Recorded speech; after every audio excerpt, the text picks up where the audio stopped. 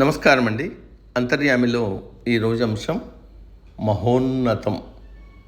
మనకు అందించిన వారు విఎస్ రాజమౌళి గారు. వినిపిస్తున్నది మీ విజయభాస్కర్. మనిషికి భగవంతుడిచ్చిన వరం మాట. మాట్లాడే శక్తి మనిషికి మాత్రమే ఉంది. అయితే అయిన దానికి కాని దానికి మాట్లాడాల్సిన అవసరం లేదు. మాట్లాడకుండా కూడా చాలా పనులు చక్కబెట్టచ్చు. భావాన్ని వ్యక్తం చేయనూవచ్చు.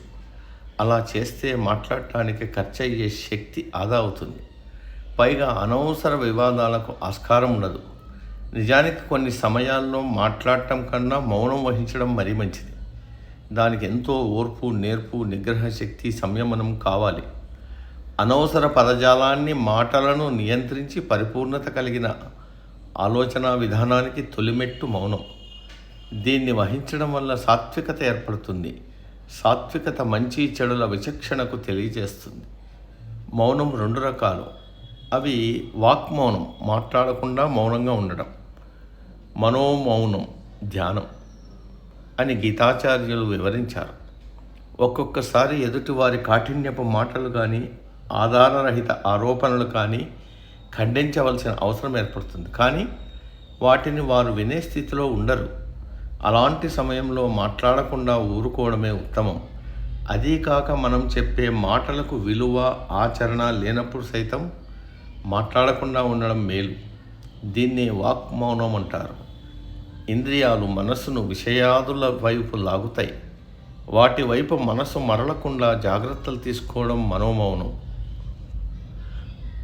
ధ్యానం చేయడంలో మౌనం ముఖ్య పాత్ర వహిస్తుంది. ఇది ఆత్మశక్తిని పెంచుతుంది. పరిణితి చెందిన మనస్తత్వానికి, ఆలోచన పరిధికి మౌనం నిదర్శనం.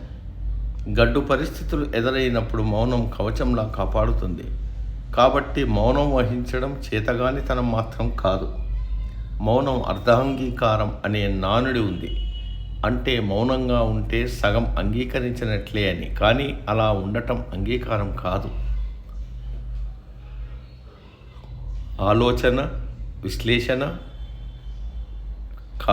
కారణాల సమతుల్యతను బేరీజు వేసుకునే సంధి సమయం మాత్రమే. మౌనం మానసిక తపస్సు.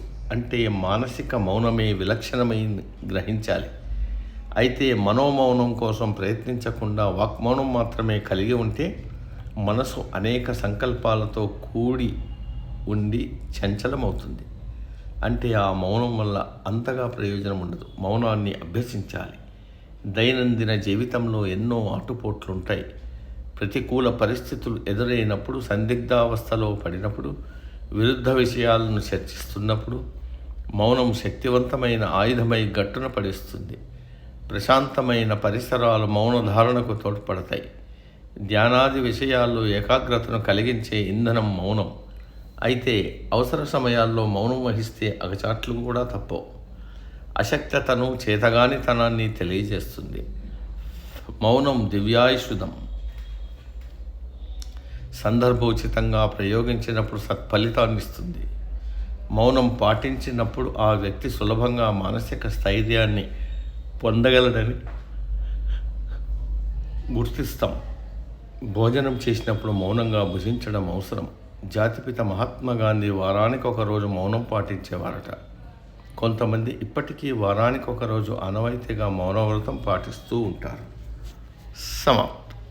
సర్వే జన సుఖినో భవంతు. అందరూ బాగుండాలి, అందులో మనం ఉండాలి.